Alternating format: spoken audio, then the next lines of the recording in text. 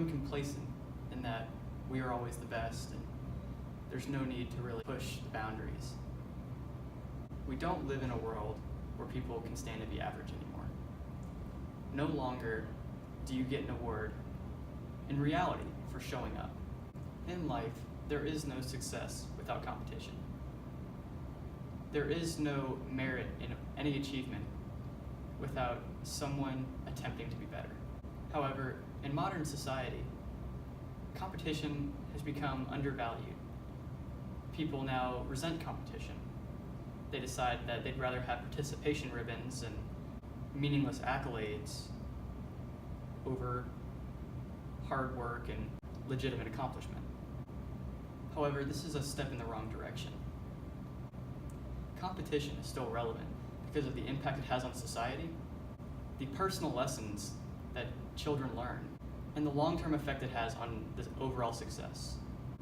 The combination of these factors is the reason why not only can we not afford to step down in our competitive spirit, we actually need to become more competitive as a whole.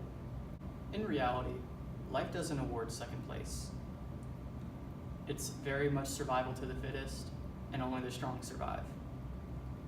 So to teach them that you will get a ribbon purely for showing up is detrimental to their long-term success.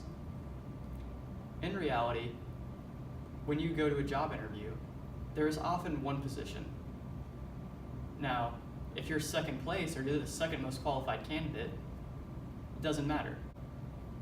Karl Marx expresses these ideals pretty well in conflict theory, stating that societies will ever clash because there are limited resources and the population will grow beyond control. In 2018, the US population is higher than it ever has been, meaning there are more people and still the same amount of overall resources, meaning competition is essential. Many parents would argue that competition teaches poor habits in children. However, the Child Mind Institute actually stated in a recent study that parents that don't allow their children to fail are often less successful, because once they reach that point where failure is unavoidable, they're unaware of how to handle it. In a way, exposure to failure when you're younger is far more beneficial than early successes. Pre-exposure to failure is pre-exposure to reality, that in life, you're not always going to win.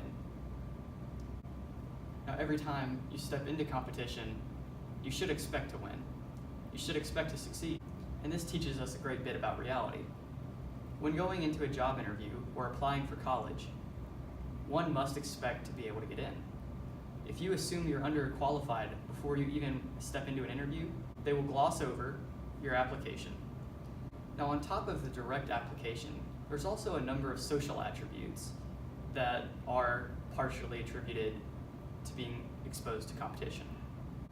Discipline, hard work, and drive are directly linked to pre-exposure to competition and mental conditioning. I myself am a very competitive person. I've been competing in sports since I was 4 years old. And the long-term effect it's had in terms of my mentality when it comes to competition and when it comes to any challenge is that when hard work and discipline are applied, anything is possible.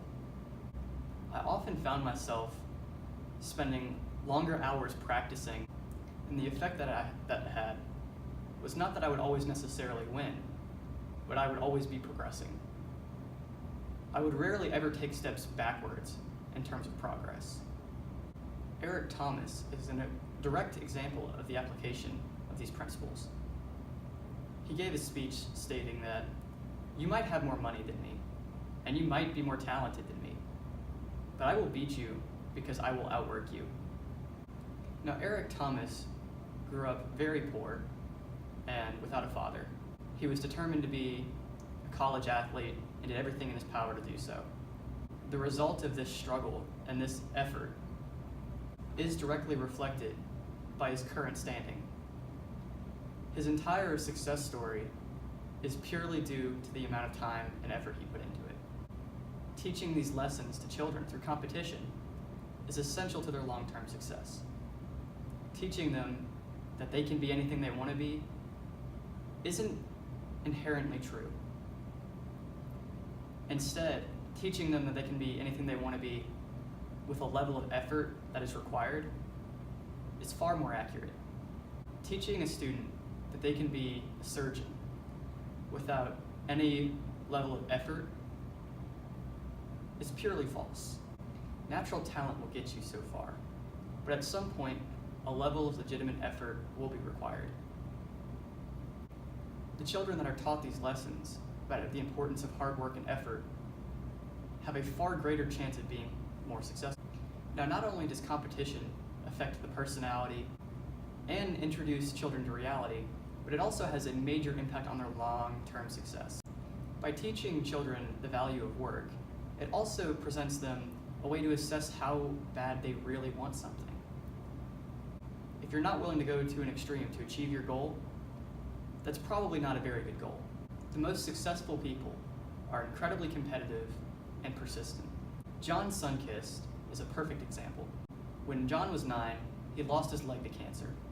John had other plans. John decided that he was going to attempt skiing.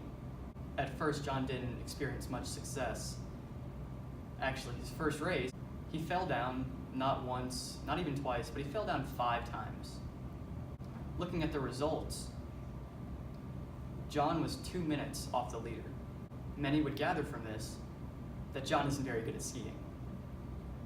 However, John took a far different approach. Instead of being down about how he's not a good skier, he decided to instead take the attitude of my 2 minutes and 30 seconds.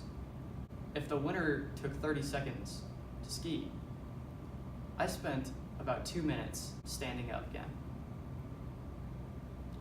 2 minutes deciding whether or not to finish something.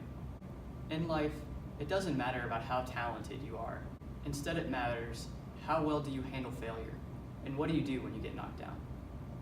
If you can be like John and get up and finish the race, you have an inherently greater chance of being successful. And this purely comes from competitive spirit. John was not willing to let his circumstances beat him.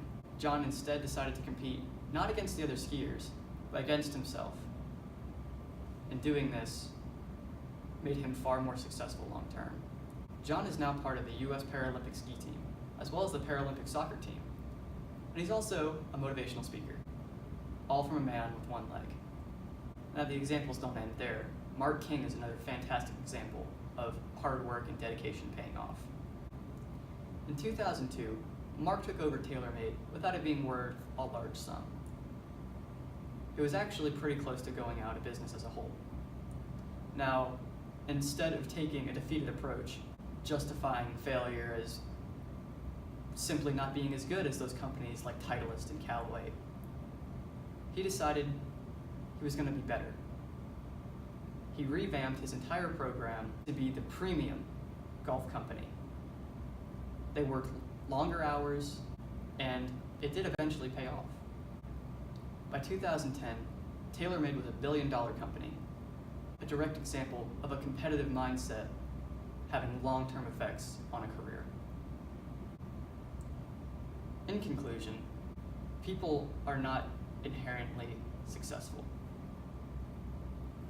Very rarely are people born into success. And for most of us, we have to find ways to outcompete them.